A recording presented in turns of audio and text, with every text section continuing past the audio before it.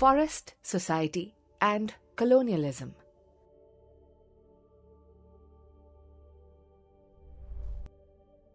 Forests are one of the major natural resources. Between 1700 to 1995, the period of industrialization, 9.3% of the world's total area was cleared for industrial uses, cultivation, pastures, and fuel wood. Disappearing forests. The disappearance of forests on large scale is referred to as deforestation. Now, 42% of total area is under cultivation and only 23% under forests. Cultivation expanded rapidly under the colonial period due to a variety of reasons. Need for commercial crops.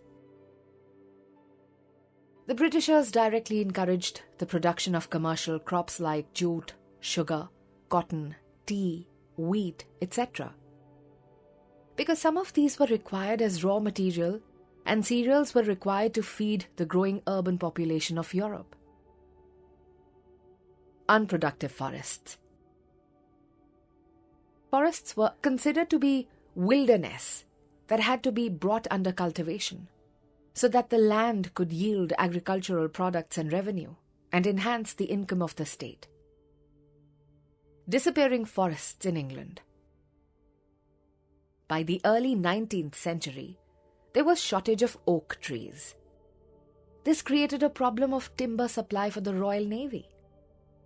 Within a decade, trees were felled on a massive scale, and vast quantities of timber were being exported from India. Introduction of railways. The first railway line was introduced in 1853 between Bombay and Thane.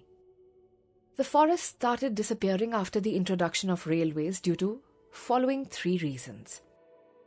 Wood was being used as a fuel to run the locomotives. Forests were also cleared to lay the tracks. As the railway tracks spread through India, a large number of trees were felled. The government gave out contracts to individuals to supply the required quantities. These contractors began cutting trees indiscriminately.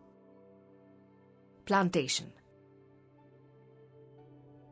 Large areas of forests were also cleared to make way for plantation crops like tea, coffee, rubber, and cinchona.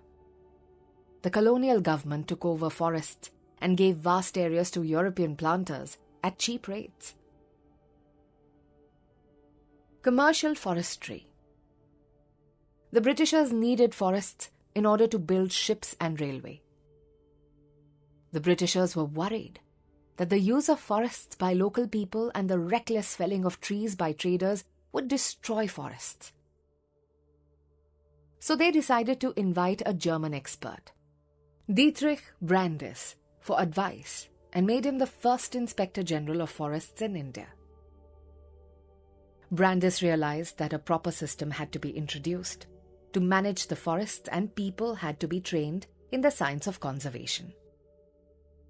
To control the forests, the Indian Forest Act of 1865 was passed.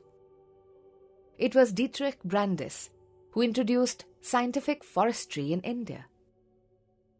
After the Forest Act was enacted in 1865, it was amended twice, once in 1878 and then in 1927. The 1878 Act divided forests into three categories. Reserved forests. The best forests which were producing commercially valuable timber were put under this category. Villagers were not allowed to access these forests. Protected forests. These are the forests which produced non-commercial wood. In these, some customary grazing rights of pastoralists were granted, but their movement was severely restricted. Village forests. These were open forests. Villagers or tribal people could collect wood and graze their animals here.